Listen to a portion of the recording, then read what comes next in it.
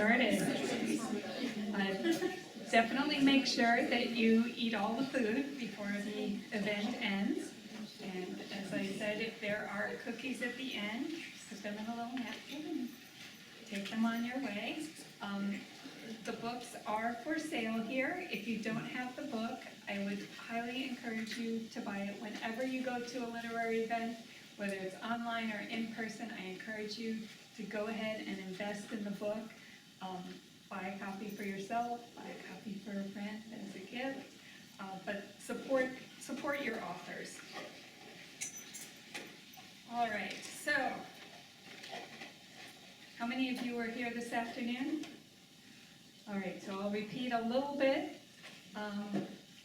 but maybe I'll repeat more than I intended to because there isn't too much overlap. So welcome to this year's Tabula Poetica reading series. We're really excited that Taylor Byas is here to kick this off with us. As we have in the past, we are recording and we'll post those videos on YouTube at the conclusion of the whole series. Please also take a moment right now to silence your cell phone. And also, if you're on social media and you want to post that you are here having fun at Chapman doing poetry, that's great too. In addition to today's events, Tabula Poetica will host poet and nonfiction writer Charles Jensen on November 19th. That's right before our fall break, so it's a great way if you're a reader or a writer to get in that mode of being a reader and a writer right before you have a break and can do some more reading and writing. The series concludes with the MFA reading in December during finals week. Tabula Poetica this year is sponsored also by the English Department and the Dean's Office of Wilkinson College of Arts, Humanities, and Social Sciences. I want to thank several individuals who make this happen. Our department chair is in the back row, Linda Hall. So yes, clap for Linda Hall.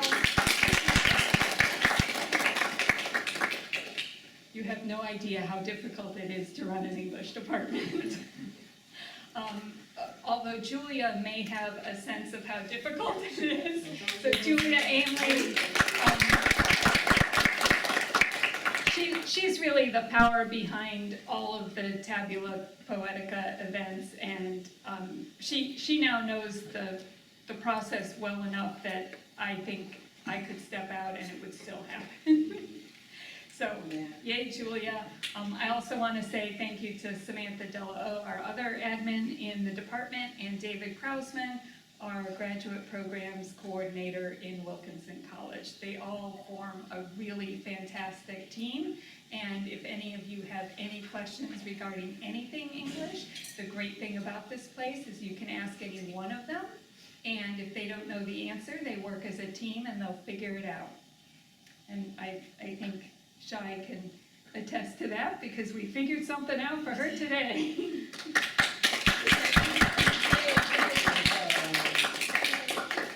Today, Tabula Poetica welcomes poet Taylor Byas to Chapman University, and I'm just going to read that she does have 2 other chapbooks, and if you've read her full-length collection, I encourage you to investigate those chapbooks, order those as well. She's now living in Cincinnati and has finished her PhD. She is the first place winner of the 2020 Poetry Superhighway Contest, the 2020 Frontier Poetry Award for New Poets, and the 2021 Adrienne Rich Award for Poetry.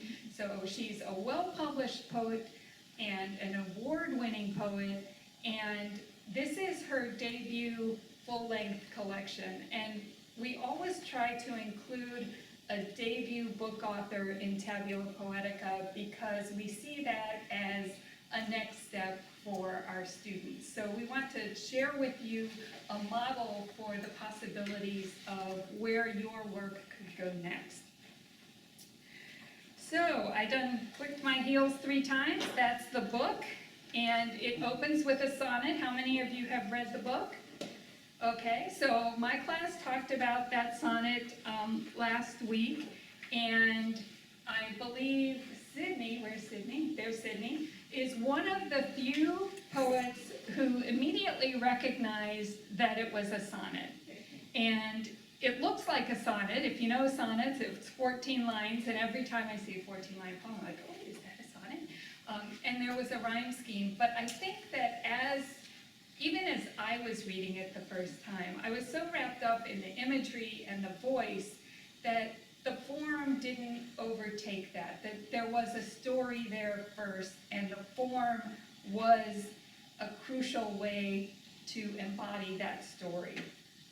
And I think that works through the whole book. That Taylor Byas experiments with form in ways that serve the story, the voice, the imagery.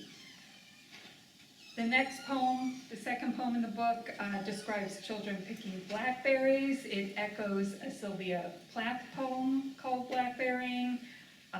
Another poem is a hermit crab piece based on the television show Jeopardy! And I think Jeopardy! Is filming over at Dodge this evening at 7 o'clock, if you want to scoot over there. And as I said this afternoon, these poems are lived and learned all over the place. Tinder, Wendy's, Urban Outfitters, on the phone with family, in church, with the grandmother. There's just a rich storytelling quality to this collection.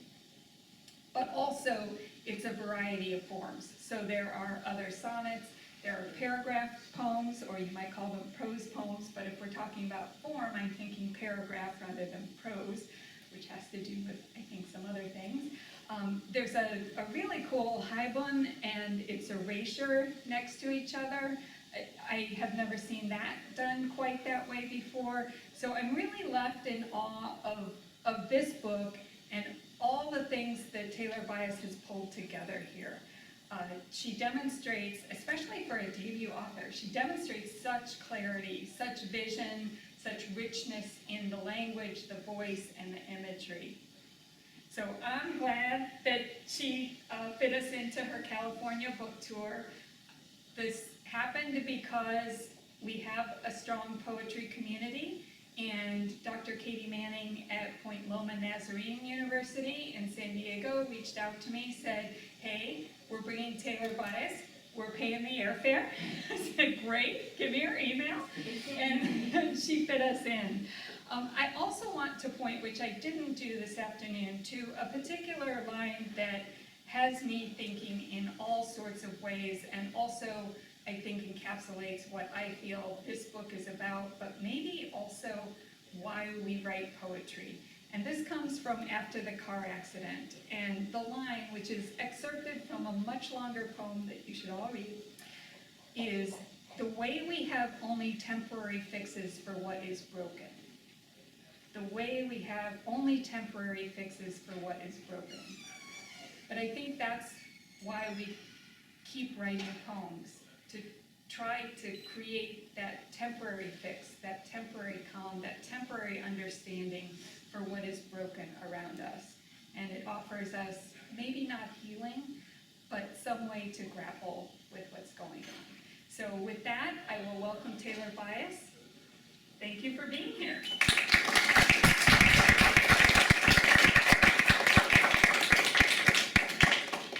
Thank you for that introduction and for being a big part of why I'm here, and to everyone who made it possible, to Julia, to the department chair, thank you so much for making it possible for me to be here. Okay, so I have quite a bit of time with you all. I think I'm gonna read up here for about 35 to 40 minutes. So I'm gonna have my timer open here. And what I'm going to do is I'm going to read first, and probably the most, from I Think Like My Heels 3 Times, and then I'm going to read you guys a few poems from my second book that comes out next year, that is affectionately titled Resting Bitch Face. So we'll have some fun. We'll start with I Think Like My Heels 3 Times.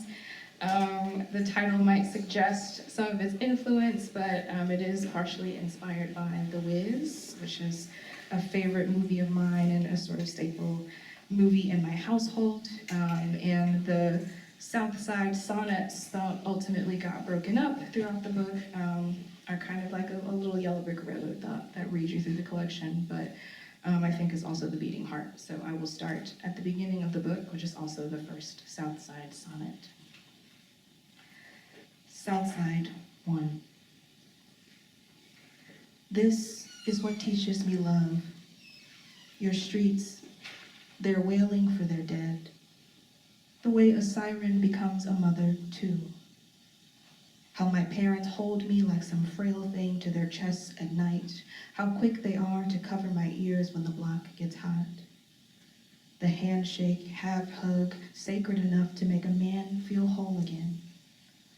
The shape-shifting, how what looks like a thug in darkness softens into a boy in the gold glow of a bedside lamp.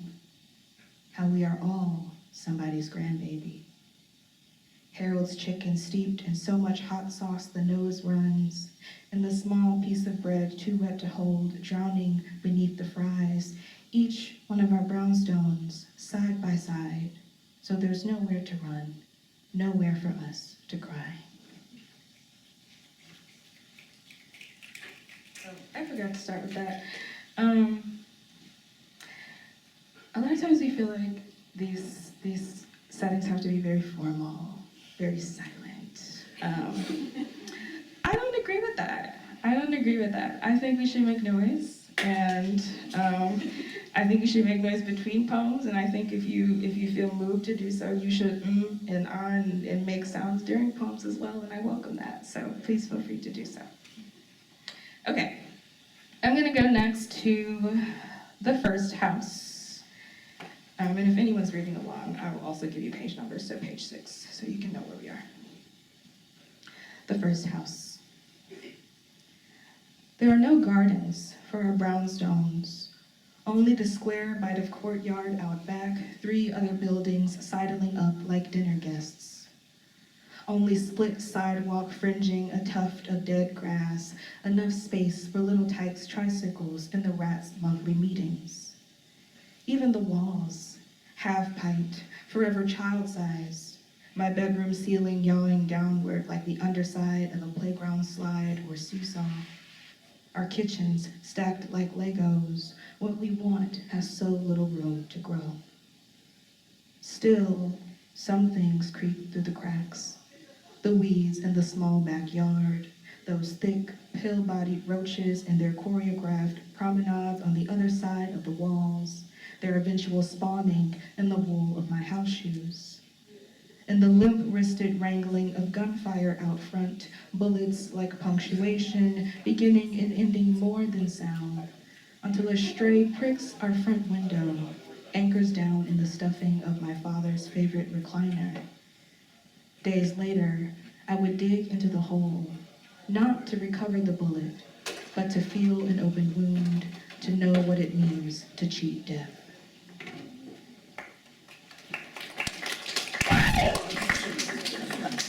That's the energy we like. Yeah, more of that. I don't typically read this poem, actually, but we've mentioned Jeopardy twice today, and apparently they're filming in the area, so I feel like we should read Jeopardy. I also want to talk a little bit about Jeopardy. How many of us have ever tried to write something super just emotionally taxing and difficult, and we've just like failed every time we come to the page, right? Yeah. And so sometimes you have to find like the right container for the thing. And I think because the content of the poem was so heavy, I had to find something that was on the opposite end of the spectrum that was kind of like light and fun and reminded me of good things. And Jeopardy is one of my grandma's favorite, game shows. We used to watch it together. And so the sort of container, right, of the game show allowed me to work through the difficult content in a specific container. And so this poem was born. Jeopardy, the category is birthright. List of potential correct answers submitted. For 200, when inheritance begins, what is in the womb? What is decades before I announced my father dead to me? What is 24 years before I knew that everything passed down ain't good, ain't gold? What is when my mother was a crucifix in the hospital bed, split open? What is when her memory of that pain becomes my first heirloom? scrubbed clean from her body's memory. What is when I was a blood-spangled lotus in the doctor's gloves, given my father's last name before even my mother could claim it. For 400, nurture versus nature. What is blood is thicker than water versus blood type? What is how to make onion gravy to smother pork chops versus being smothering? What is how to drive my father's truck versus how I drive people out of my life with my fear of the past repouring itself another glass? What is to avoid eye contact because it leaves me feeling a little too raw versus eye color? What is my disgust for liquor, first my penchant for sweet wine, for vodka and cranberry juice, or a strong Long Island? What is how to hate my father versus loving him still? For 600, if my father is an alcoholic, then I must be blank. What is careful? What is suspicious of every man's thirst for anything he can't drink from me? What is afraid of the way I slow down in the wine aisle at Walmart? What is learning how to uncork a bottle of champagne because it feels like a necessary skill to have? What is fascinated by how a frozen bottle of liquor behaves like a body just dead, the outside frosting faster than the inside? What is choosing to never take a drink in front of my mother because I remind her of him enough as it is? For 800, what people mean when they say I am my father's child. What is we look alike? What is time filled my purse with parts of him whether I wanted them or not?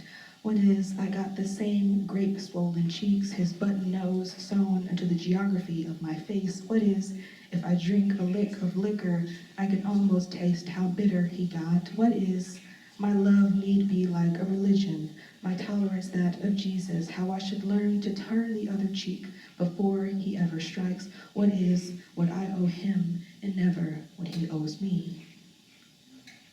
For 1,000, how I carry what he has given me.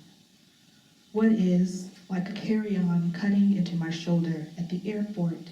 What is like new weight, stubborn, gathering into a hill at the base of my belly? What is like a 22-pound bag of ice, my hands smarting in protest if I hold it, really hold it? What is like a toddler who sometimes wants me to be gentle and other times wants to be thrown up into the sky? What is like my mother carried me, swollen with another body's need and feeding it, still feeding the damn thing? What is like a bindle, because I will always be without a home.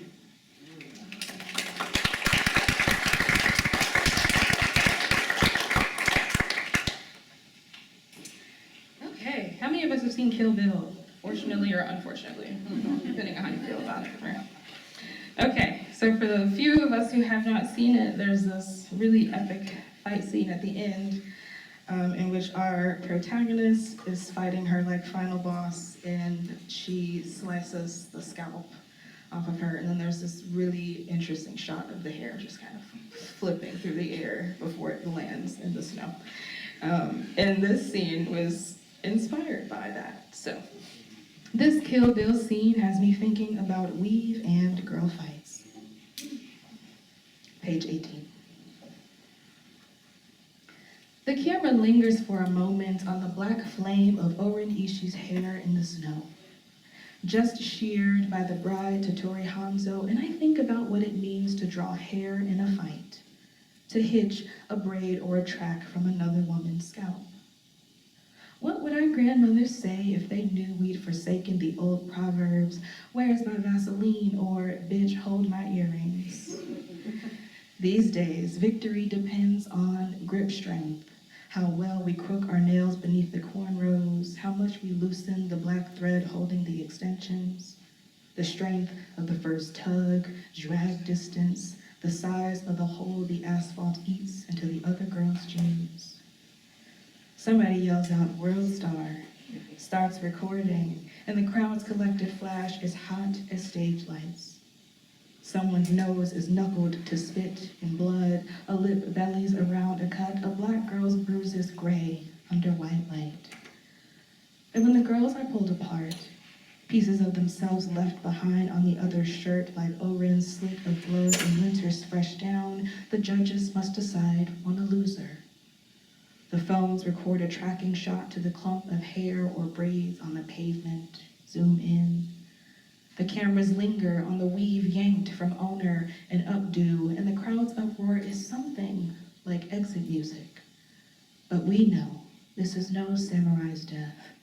No one lives this down.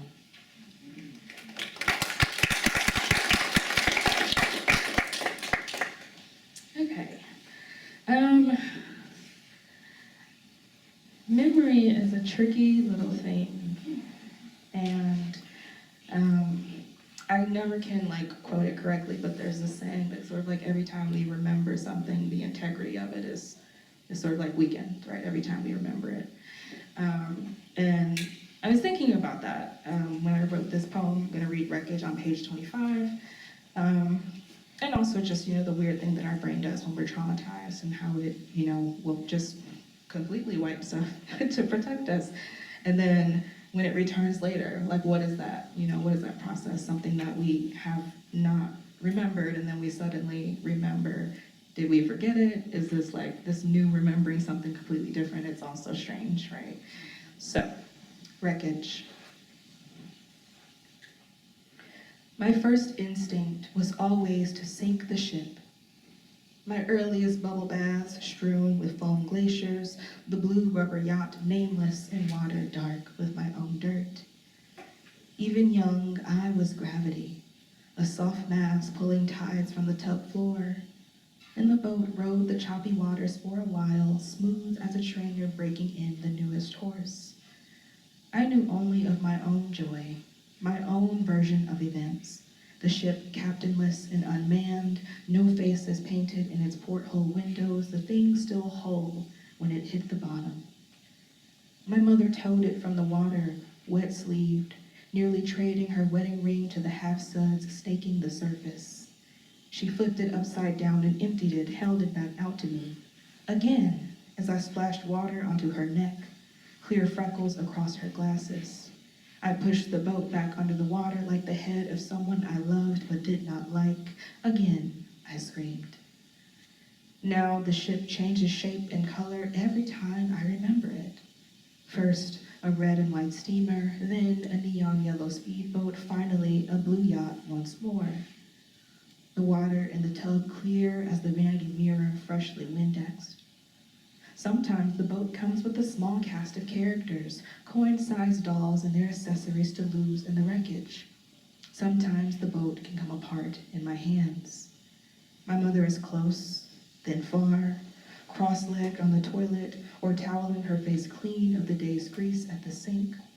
Most times, on her knees, the top half of her body cast over the tub's edge as she plays pretend this one can be me and this one can be Daddy, as she places two figures on the small deck. And this time, she sinks the boat. A gulp where it disappears, arm wet to the elbows. In this version, I hear the muted clink of her wedding ring hitting the bottom, and when I reach for it, she stops me. Leave it there. The tiny suitcases spill their contents. The couple loses their shoes in the debris. She doesn't sift through what's left behind.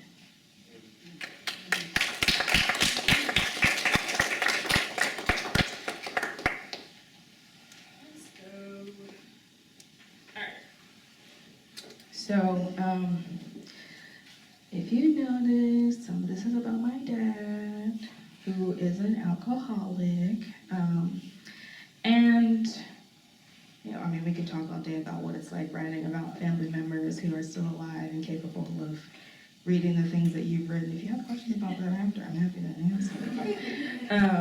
But the hard part about it, and I think one of the questions that you should always be asking yourself, regardless of who you're writing out and regardless of if they're still here or not, is have I done my best to kind of make them human on the page? And I think that was one of the challenges that I faced during writing this book. And I think Drunken Monologue from an Alcoholic Father's Oldest Daughter is sort of my my rage, or sort of me at my most angry point, having to wrestle with that, like, am I making him human on the page? And am I also thinking about everyone else in the situation who's been affected, and how I've also navigated and played a role in the way that the family fell apart, right?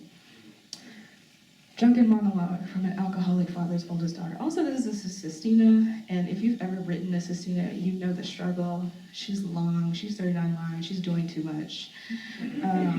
But she gave me the appropriate amount of space that I needed to kind of spiral out in this poem, and so that is why she is a Sistina. Drunken monologue from an alcoholic father's oldest daughter. My friends say I should have been a therapist, and it ain't funny no more. I ain't seen $1 of pay for this labor, all my pretending. Who do I see about my check? My father says, I just need somebody to talk to when he calls.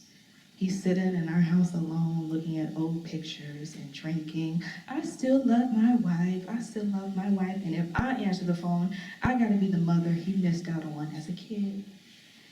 I pick up and I gotta turn on a mother's softness, but I ain't gave birth to nothing.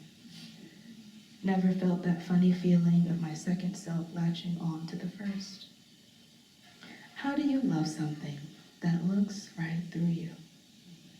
You gotta pretend.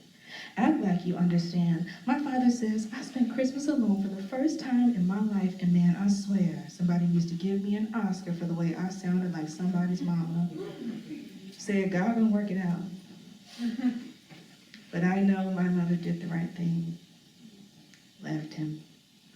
My brother and sister were alone with him for hours while she was gone, and I just felt funny about it. And the way my father would call me pretending he was a victim when I knew what it really was. Maybe we all loved the chaos a little bit, having a place to put the blame. Maybe I loved the way they needed me. But I ain't loved the pressure. Somebody told me that I was the glue that held it all together. Now I gotta pretend that's a compliment. I gotta ha-ha and hee-hee when they call me Mother 2.0. I laugh and say, I don't even need kids anymore, but what's so funny about that? A hatred that spreads to the womb. I've had a lot of alone time to wonder about the choices my father makes, being alone over rehab, over family. Sometimes I say, that motherfucker don't love me to myself in the mirror real tough. And I keep saying it until it's funny, until I'm laughing, and then I'm crying, and then I sound like somebody dying when I start coughing from both. Sometimes I ask my mother what happened to him, and she just says, it's sad. Most times I pretend I feel the same and I on the phone, but this time I can't pretend no more. I say, Mama, I know you feel bad for leaving him alone, but it was the right thing to do. I say you did what any mother would have done. I say the kids know you did it out of love, to protect them. She's silent, so I say, Mama, he could have killed somebody. And she says, hardy har har, real funny, but just how funny if we ain't laughing. I want to say something in the silence, something funny, but I know my mother wants to be left alone and she pretends to yawn, so I tell her I love her. And I don't remember who hangs up. Somebody.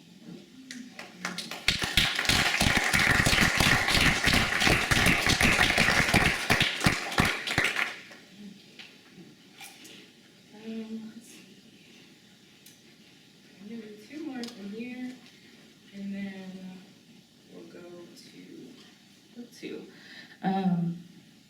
We'll read after the car accident, since you mentioned it in your introduction. So, after the car accident, 79, and then I'll read the final poem in the book. I slow traffic with my worry, kneeling and checking my car for damage, my palm on its feverish hood like a mother checking a child's temperature in the heat of the sun doubling its sickness. In the black paint's warped reflection, I could be mistaken for my father. This froggish position, squatting on my toes, my forehead becoming his in this rumpled state, even our concern biological, shared, right down to the way we squint at an injured thing. the way we have only temporary fixes for what is broken. I list the damages out loud, to no one, to the metronome of my hazard lights, to convince myself I've done it. This too is hereditary, struggling with admissions of guilt. On the phone with the insurance company, I begin to unbraid a legacy of blamelessness. Yes, I was operating my vehicle alone. The car was parked and empty when I hit it. This is just another version of the tree falling in the forest question. If no one saw me hit the car, did I do it? If my father never apologized on our old phone calls, did he truly wound me? The insurance agent on the phone is asking questions, following the printed script taped next to her computer screen. Is the car drivable? Are you hurt? I don't know which question I'm answering anymore. It doesn't matter. Yes. It comes pouring out of me like smoke from a car's underbelly, the hiss of air finding the path of least resistance. Yes. Yes. Yes.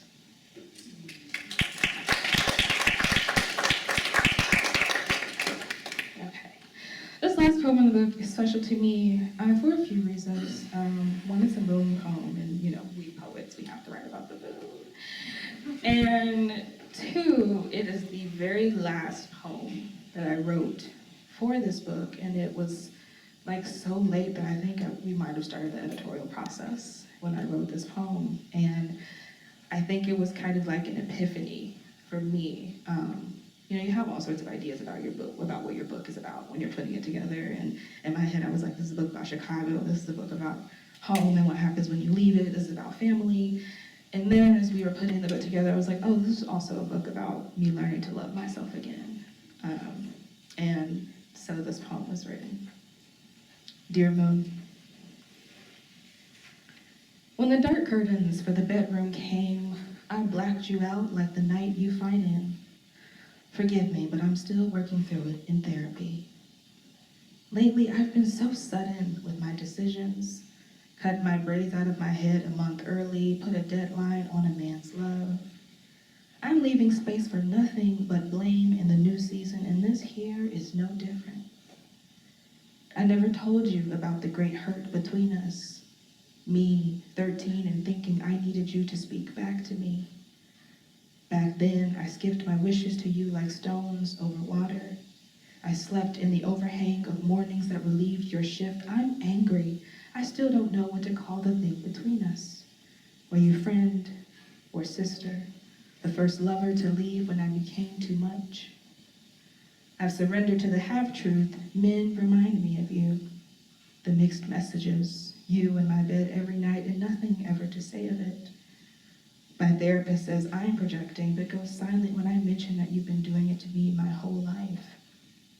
At night, I get moody and waiting, anxious for you to ask me how I've been, anxious enough to pay someone to ask me now instead. The harder and fuller truth, men have abandoned me and I never heard from you. I was a shadow of a wolf, whimpering into your blank light. I didn't know that love was an ancestor of quietude, that you were still there. Of all things love, I'm still learning.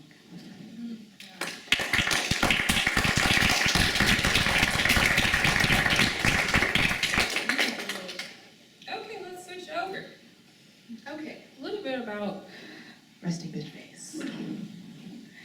I just like to say it anytime I get a chance, if you didn't notice. So this is a book that's a lot about surveillance, all the sort of different ways that women are constantly surveilled in this country. And so it looks at art a lot. It's thinking about film and just photography, right? All these different ways that we're kind of just constantly watched and constantly made into objects. And I will start with the titular poem, the poem that sort of is where the title came from. And this poem was inspired by the fact that during the pandemic, men stopped telling me to smile because they couldn't see my face because I was wearing a mask. And I noticed that they had left me alone because they couldn't see my face. I was like, how interesting. So, resting bitch face. And it has an epigraph that reads, how did you get here? What trumped up troop of slave ship sloop put you here on my doorstep in your nastiness? From Spill by Alexis Pauline Gumbs. Something about the set of my face says slave, cracks sharp in its stank and slits you uncomfortable. And what do you make of me again? In this gas station parking lot, in the grocery aisle in its fluorescence, when you tell me to smile for you. You too pretty to be frowning, makes a fugitive of me, shutters me closed for your business. You even smooth talk yourself into a lie. Say smile and mean relax, mean open, mean peel back, mean lights, camera, action, put on a show for me. Last time I smiled for a man, my teeth sparked white in the dark of his bedroom like police lights in a rearview mirror. What could I afford with that currency besides his violence? Smiling has never bought me tenderness, never tendered me a love that let my face be bitch, and ain't that what you gonna call me anyways? Whether I thaw out for you or not, don't this always end the same? The bright you coax from my mouth snuffed out as soon as I show it to you.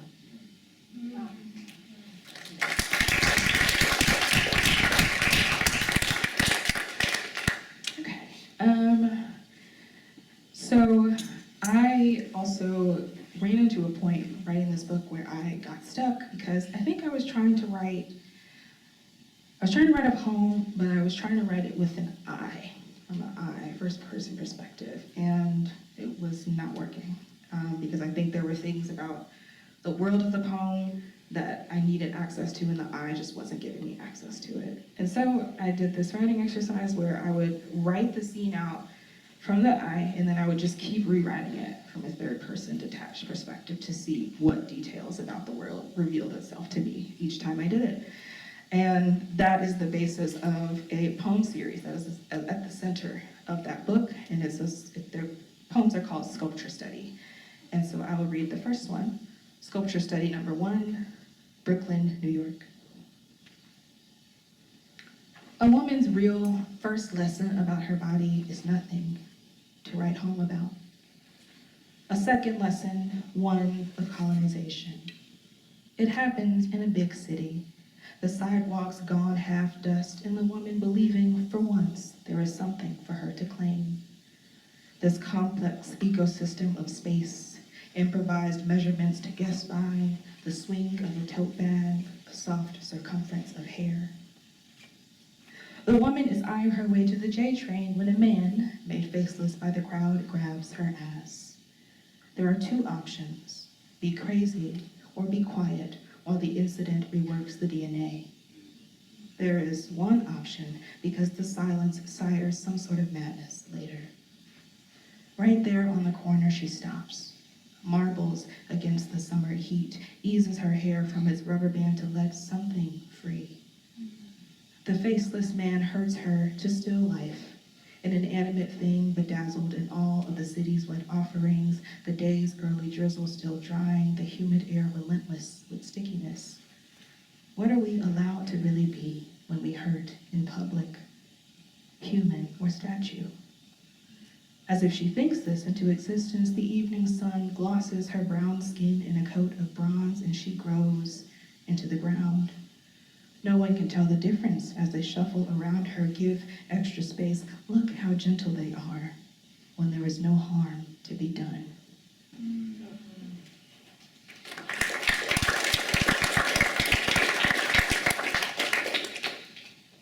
Okay. I'm gonna read a longer poem from that book, and then I think I'm gonna read just 2 poems that are like new, that are like past 2 weeks due. I haven't looked at them again, have not revised them new. But before we get there, I'm gonna read this longer poem. And so just a few things about this poem before I read it. One of the things that I also started to think about in writing Resting Bitch Face was sound, audio, like all these ways that people can kind of like haunt you once they've left your life. And I thought about like our technology, how we have voice notes and voicemails and all these ways that people can kind of stay behind and continue to be ghosts and continue to be heard even after we've sort of gotten rid of them. So there's a little voicemail stuffed in here. So, poem in which I have the last word. 1. Men have crueled love out of my language. Yes, I still have the voicemails. Now I listen more to their backgrounds, the soundtrack of rain against a car window, a friendly waitress ambiguous in her offerings. Can I get you anything else? A man's ego is so large he breaks my heart while talking to himself. Chases his voice the way a dog hunts his own tail. Through the tunnel of static, one barely suppresses the glee of cutting a thing deep enough the blood gets greedy for the knife. Another laughs and falls in love with himself. I just need to focus on me, you know? He pulls down his visor in the car, parked after a work shift, before a date. He watches himself triple, and his eyes in the mirror feels like some kind of God. 2, how inconsequential I was, dialed in these transitory moments, on accident from a jean pocket twice, dialed from another woman's backside, grinding against his pelvis in a backseat, something divine in that. How they called with news as heavy as death, their relief leaking through like water damage. I heard it pooling, darkening into a shapeless puddle on a bathroom ceiling. In one ear, a man broke up with me without me. In the other, I mistook the sound of a leaky faucet as lost love drizzling into an empty tub. 3, hi, this is Taylor. I'm sorry I can't answer the phone right now. Hi, you've reached Taylor, and this was truer than I knew. A past version of me apologizes for being out of reach because she hasn't learned how sound travels into sensation, a man's rough hands. I'm currently unavailable, but if you leave your name and number, I'll remember. It was about power, about a voice lassoing my wrist through the phone just as I turned to leave, saying don't go while having already left. 4, even my iPhone tries to save me. The voicemail transcript censoring their last words. Look, I know you wanted to talk in person, but I feel like this is blank. Best, better, easier, it, all I can afford. I play Mad Libs with the messages before I listen.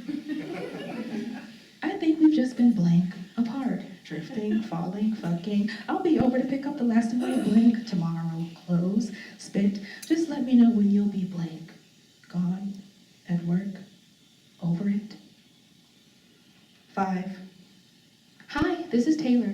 I'm sorry I can't answer the phone right now, but if you leave your name and number, I'll get back to you as soon as possible. Thank you. Hi, I'm sorry I can't right now. Hi, I can't leave you.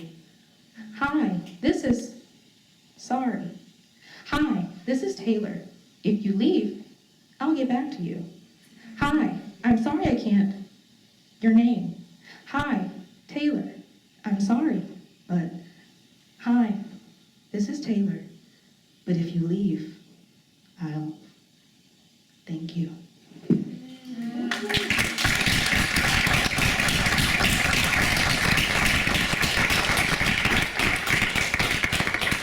She's a fun one. She's so fun.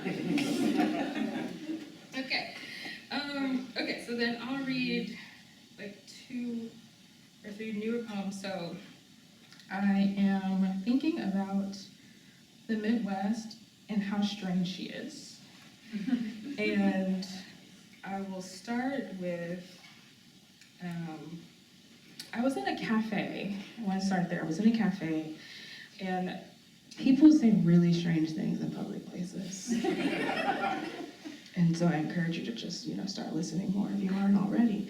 But I was in a cafe, and as I'm just minding my business, I hear, and this is the epigraph of the poem, someone say, hey, remember the drive-through strip clubs during the pandemic? I don't, actually. Why do you? Right, that's the real question. Yeah, right. What pandemic were you in which drive-through strip clubs were a thing we were experiencing? But that was a thing, actually. And so that sort of inspired this poem. So The title is US Dollar. In America, you can buy anything, even company, even the illusion of it. Multiple times a week, I hand over my cart to die a little less gracefully. It is more economical this way. My living situation contrastifies logic. The groceries cost more than the fast food meal I won't waste. During the pandemic, we were all hungry. Restaurants closed their indoor seating, and workers carried hot bags of food to waiting cars, held the plastic like pregnant bellies. Even then, everything brought out to our open windows. In America, anything can be hot and ready if the demand is high. Strip clubs moved outside for curbside service. You could drive through and watch a dancer grind counterclockwise behind a barrier, an atrium of smoke and light. Drop your ones in a bucket. You could come inside your car and feel less guilt, but what do I know? When I was lonely, I went to museums. I too would pull up to a glass case and wish the figure inside would dance for me.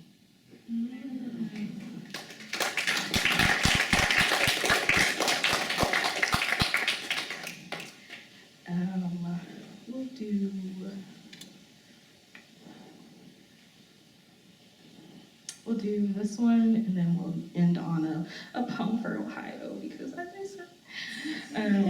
No, I'm kidding, I live in California. So the first book was like the dad book, and now I'm like, oh no, we're writing the mom book. I know.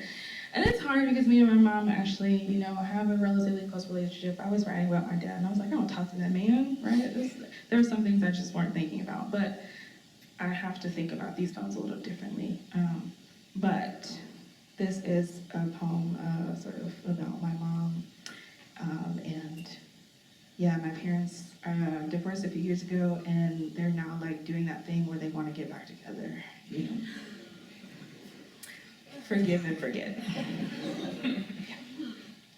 Question: how quickly have I learned to forgive? Revision: how quickly have I learned to forget? Revision: how quickly have I forgotten to forgive? Revision: how quickly does forgiveness forget me? My mother says I forgive too easily, that I give the men in my life too many chances. My mother forgets her place. My mother forgives my father's abuse. My mother forgets who else he has hurt, and I used to be able to forgive her forgetfulness. My mother forgets who was there for her during the divorce. My mother forgives herself, then forgets she has done so. My mother forgets she has started wearing her wedding ring again. My mother forgives to take it off. My mother forgives that I haven't forgotten my father. My mother forgets she needs to be forgiven. When she finds my father in my poems, my mother forgives him again, then forgets my feelings. My mother thinks that how I forget to forgive is unfortunate, says she doesn't give a damn about my anger. My mother forgives that I am her daughter first, and I am struggling to forget her.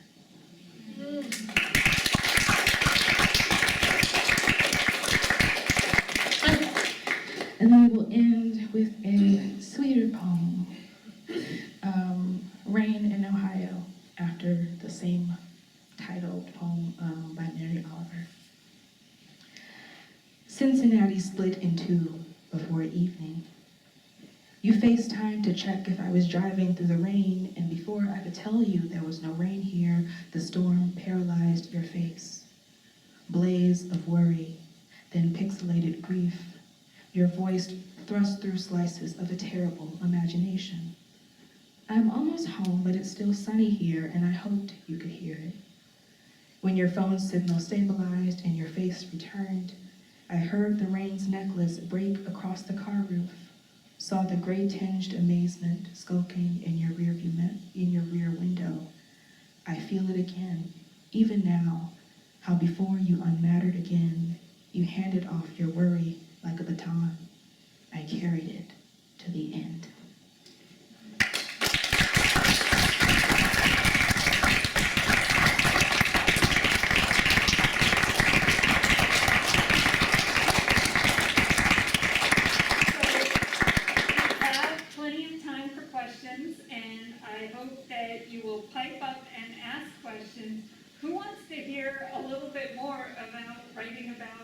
family, well, there's still a lot. So maybe you can start with that and then we'll open it up. Yeah, sure. Oh, man. Yeah, so writing about family, I think there was a point where I had to ask myself some really difficult questions. One of them I kind of already talked about, which is, am I doing my due diligence to make sure these people are human on the page? But I think you also have to ask yourself, am I willing to pay the price of what this could be? So in my instance, I knew that, okay, I put this book out into the world, the worst thing that's going to happen is my father will have unsavory things to say to me and will find his way around the boundaries that I put into place, right, to say them to me. Is that a price I'm willing to pay, right? And understanding that price for all of us can look very different. We all have different family dynamics, right? We all have different ways that we interact and navigate our family dynamics. I think you have to be really honest with yourself about what that highest price is going to be and if you're willing to pay it. Once you've asked yourself that question and you say, okay, I'm willing to pay this price, what kept me going, what sort of gave me the permission to keep going and what empowered me to keep going is what I like to call the building analogy. Is if me and my mom and my dad are all standing at different parts of the street and we're all looking at the same building, and I'm looking at the front, I'm looking at the gorgeous green awning in the front, and my mom is on the side and she's looking at like a random air conditioning unit in someone's window, and my dad's over there and he's looking at this staircase on the side of the building. We're all looking the same building. We're all looking at the same sort of family that has fallen apart, but we all see it differently. But the fact that I'm looking at the fancy green awning doesn't change the fact that my dad's over there looking at what he's looking at, and the fact that he's looking at the stairs doesn't change the fact that I'm looking at the green awning. All that to say that 9 times out of 10, when you are writing about those difficult situations and those difficult dynamics, the other people in the situation have had a different experience, and they will make sure that you know that they've had a different experience.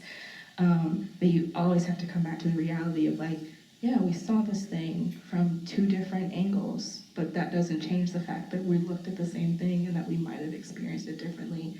And you have every right to tell us about what version of it you saw and what version you were looking at. And that is what kept me going. Yeah. I'm gonna see if this will show. Oh, sure.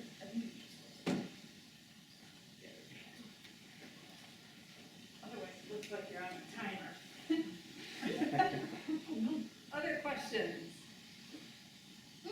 I have a question about the printing of this book. We were kind of talking in class about how specific poems are kind of juxtaposed on like the same pages. Was that a deliberate choice that you made during the editorial process? Yes, absolutely. Yeah, there's a point in the process where they like kind of have it set the way that it's going to look when it's printed out, and you kind of see what's next to each other. But I think also when you're putting a book together, and I don't want to be prescriptive because different things work for everyone, but I come from fiction first. I was a fiction student first. I went through my undergrad as a fiction student, and I actually didn't change over to poetry until my master's. And so I think I'm always thinking about a narrative. And even when it comes to putting together a book, I'm like, okay, what's the narrative arc? What story am I trying to tell?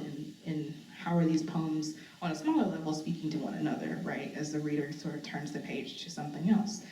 And so I also think there are just different sort of levels to think about when you're putting a book together. How are the poems speaking to each other? Like, what's the movement between this poem and the next poem? And then there's a sort of larger, okay, and what's the overall story that I'm trying to tell? And so there was definitely a part of the editorial process where we were thinking about poem to poem, and then, the overall book order, and that was kind of, we built the book around the South Side sonnets that got broken up, yeah.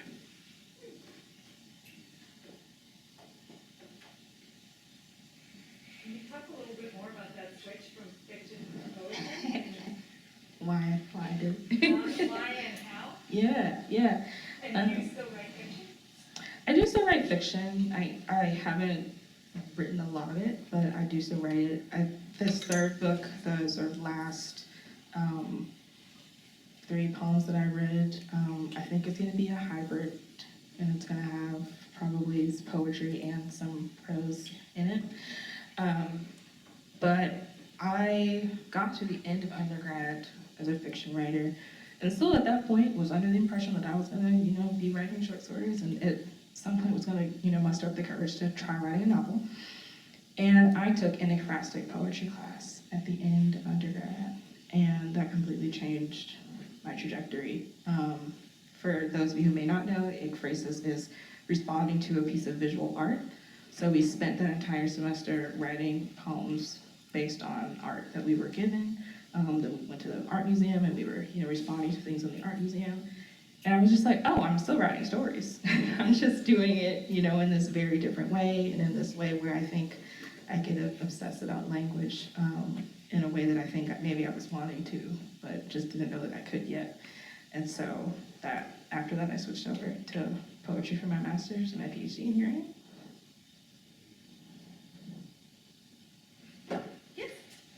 I'm interested in the influence that, like, growing up in Chicago, living there. I'm from the suburbs, so I love Chicago. I love the city. Lake Forest. Okay. So, Yeah. I'm not from the city, but I do love the city.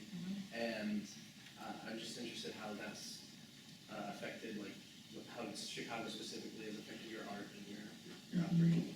Yeah, I think geographical place was always important to me. I started, really writing both fiction and poetry in Birmingham, Alabama, which is a place that's really rich in history.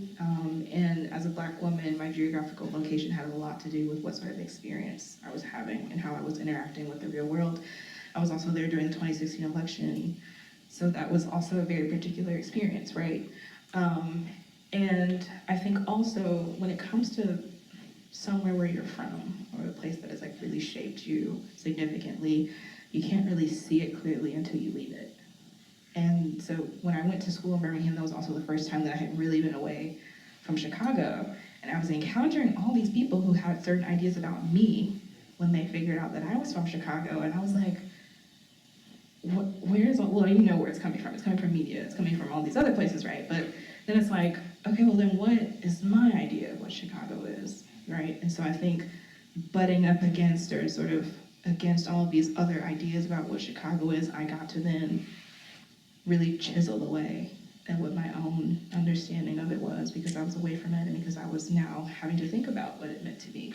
And so I think part of the project of the book too was like, here's this monolithic idea of what everybody thinks Chicago is, but to me it's this like character who has, played this multiple roles in my life. It's been a friend, it's been sort of a parent, it's been kind of an antagonist at some point in my life.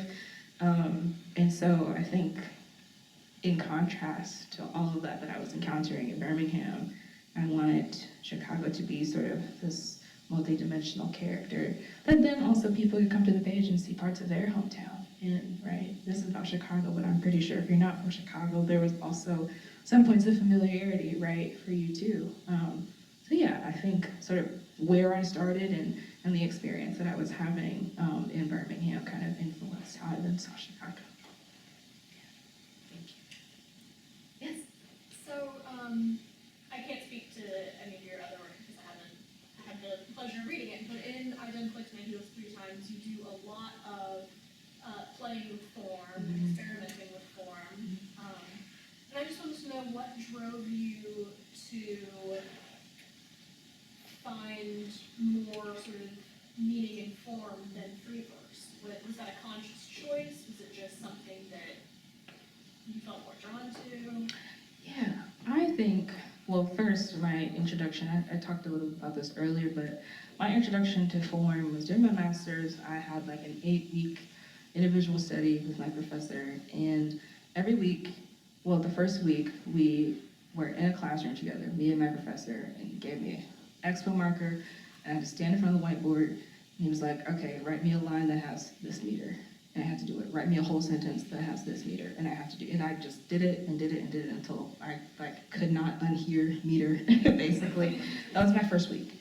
And then all the weeks after that, I was given a form at the beginning of the week, and then he was like, I also want you to do these 3 other random things, like find a way to use the word salamander or something.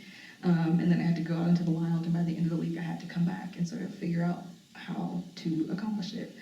And there was something about those weeks, there's something about the sort of like chaotic puzzling of trying to figure out how to make this work that was just really attractive to me. It was like a game, right? And I think form is supposed to be playful. There's a game element to it, in my opinion. And the challenge is always, okay, here are the rules, and what kind of crazy stuff am I gonna do to get around it? You know, what kind of stuff am I gonna do in the meantime to create possibility, right? And that challenge has always really, really appealed to me.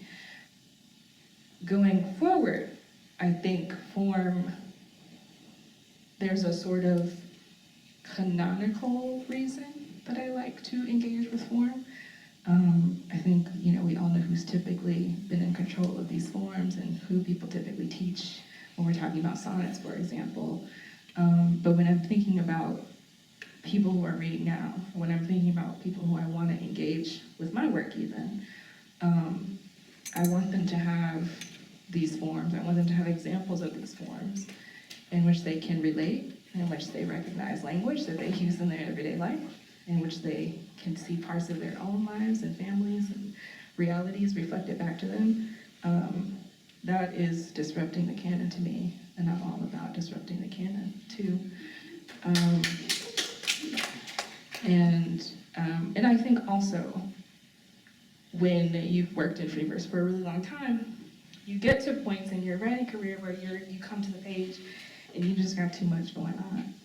And you need a specific container, right, to help you kind of sort through it. And so when I write in form, I pick the form first before I even start writing, and it never comes out of that form. And I come to the page and I ask myself, what is this poem asking of me? Is it asking me to really whittle down whatever's going on in my head? Probably gonna go for a sonnet. If I need to whittle down some more, I might go for like a haiku, I might go for a tanka. If I need to spiral, like talking about the poem about my dad, I'm gonna go for something long, right? It's just, if I need to sort of transform my thinking about something, I might reach for something like a pantoum where I have to transform the language and the process of writing the poem, So I let kind of what the poem needs dictate what form I end up using. And I think it just becomes a really useful way to kind of sort through when you have a lot going on, which inevitably you will. I have a question. Yes. This was lovely, thank you very much. Touching on the disease and writing the book, it's more of a personal question. Do you feel there was some healing with yourself or with your relationship with your father? Maybe not in the relationship, but I definitely think the process of writing the book, and even in the process of putting the book together, was a healing process, because I think the cool thing is most often than not, your poems or like a book are usually made up of poems that have kind of been written over the span of a long time, probably some years, probably a few years. And in the process of putting together that book, I also got to see my own personal growth over the course of, those poems. And I got to see my anger kind of dissolving in real time in the poems too, which was a really, I think, beautiful thing to witness. And maybe that's also why that last poem is so important to me, is because I don't, there's like a sort of reference to anger, right? Like I never mentioned this hurt between us, but the poem is like a poem of acceptance. Like I'm still learning, and I'm always going to be learning. And so, yeah, it was definitely healing, and I accepted that, my relationship with my dad might not ever look the way that I wanted, but the book was healing, very healing, yes.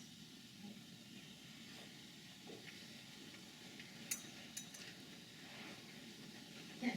Can you tell me about the vulnerability that you feel when you, it's like, in some of your poems, you were talking about Have a good glass of not being available.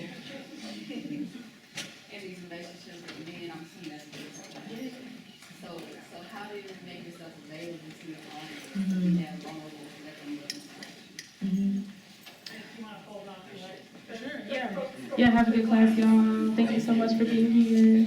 Thank you. Yeah, how do I make myself available to the audience and allow them to look inside of me? I think more than anything, yes, I'm sort of allowing a reader to sort of look into my life, but I think it's more than that, maybe even like holding up a mirror to a reader. Because you're coming to this book with your experiences, and ultimately, I think what you respond to emotionally, right? The things that sort of stay with you the most are the things that are here, right, for you. So it's the mirror that is there. So I also think we are always going through so much in this life and in this experience. And I believe that art and I believe that poetry is really just the act of building a bridge between yourself and somebody else. And if I can make at least one person say, I'm not the only person, right? I'm not the only one, then my job is done. Yeah. Yeah. That was powerful. Thank you for the question.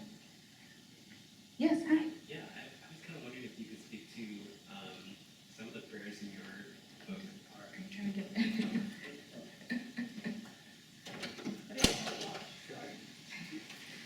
Some of the poems in your book are prayers, and Yeah. I just wanted to see like what was the trajectory behind it, the religious experience and processing religious experience through the book.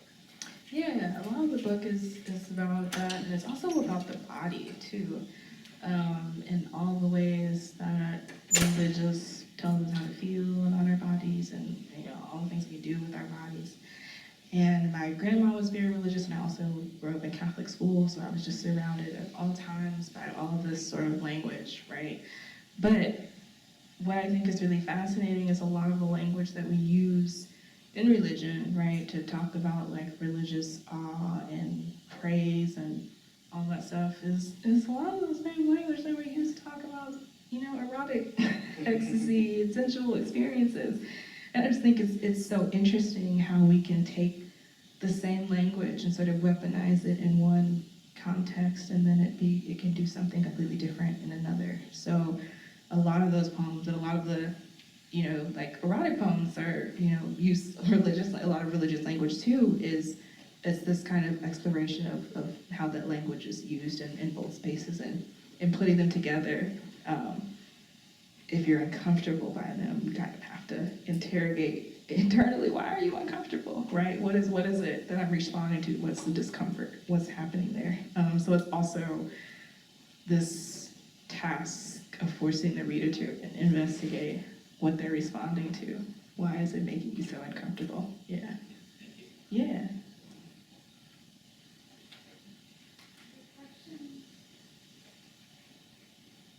Hi, you spoke a lot about relatability, familiarity today, putting up the mirror in front of the reader. Mm-hmm. While writing and going kind of through the editorial process for this book, I've been clicking my heels. To what extent were you thinking about, or how did you work through the dynamic of the deeply personal work that you're writing, but also the fact that this is going to be something you're publishing too? Yeah. You think about that audience as late as you possibly can. And I mean late. I think everything should be for you first. And I think even after you sell a book to someone, I think in the early parts of the editorial process, you should be editing that book for you first. And then they can come back and say, oh, whatever, we think this is this for marketing purposes, sale purposes, and then you can listen to however much of that you want. But I think the earlier the sort of audience and capitalism, because that's what it is, creeps into the writing process, the more it's going to hurt the writing process, because you're not thinking about sort of what the thing needs. You're thinking about what an external force expects of you, and that's never gonna, that's not respecting the art, I don't think. So I say you should be thinking about the audience as late as possible, and maybe just, you know, in that editorial process when you really have to think about it. But it should be for you. Until then, I should always be for you first. Yeah. I have two questions. Yes, of course. One is, could you talk a little bit about reading as a writer and, Oh. and whether you get inspired by reading or, Oh. and I'm saying that because in your afternoon session, it was a great session with really important exercises to get us thinking about very particular things in poems or any language.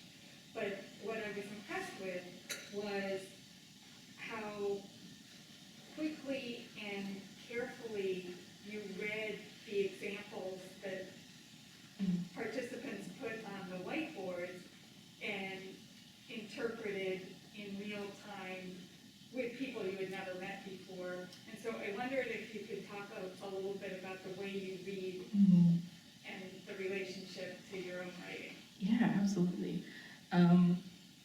Yeah, if you want to write, you should absolutely be reading. And if you want to write in a particular genre, you should read a lot of that genre, yes, but you should also be reading things that are not in that genre.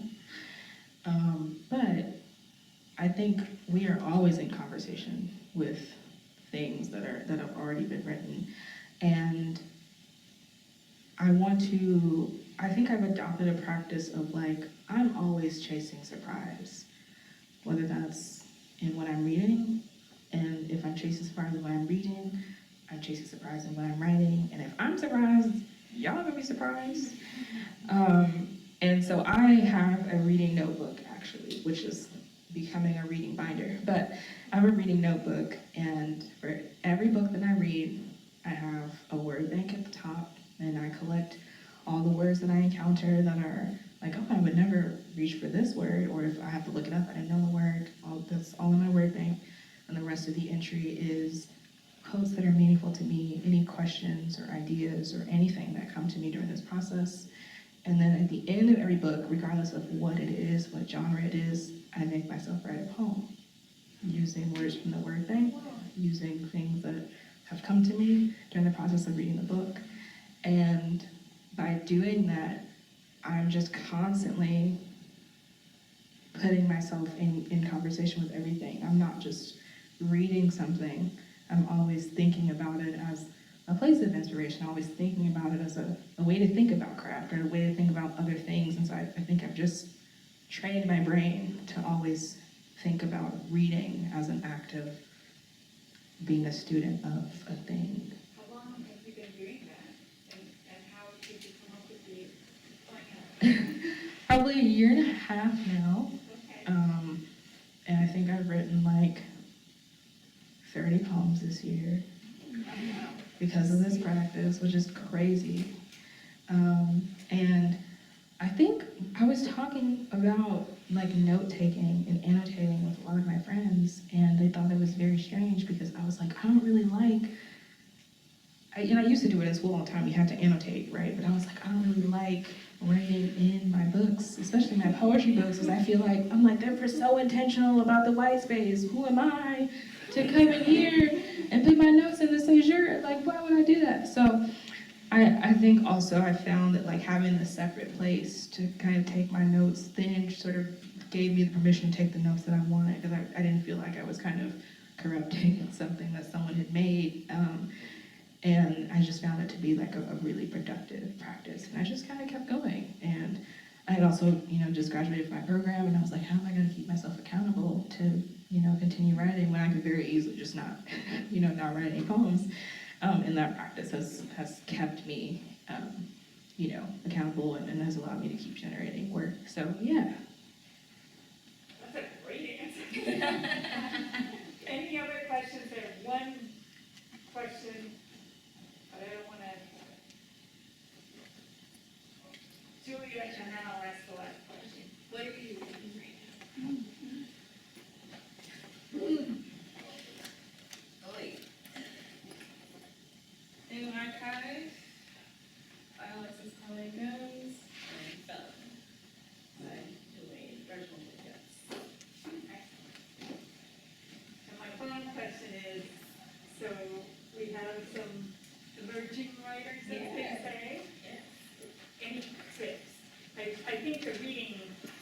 notebook thing is a great tip. Any other tips for the writing practice? I think in our early days, we have like our poets that we love and we admire, and we're like, man, I wish I could write a poem like them. I wish I wrote like them.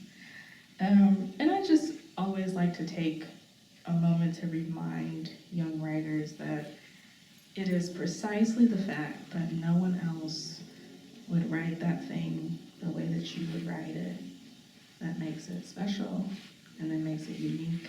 And if we were all writing the same thing, the same kinds of poems, then like, what the hell are we doing? You know, why are we doing this? Why are any of us doing this? And so I like to just remind everyone that the fact that you do it differently is precisely why it's special, and you should nurture that and always nurture that. Yeah. All right, well, thank you.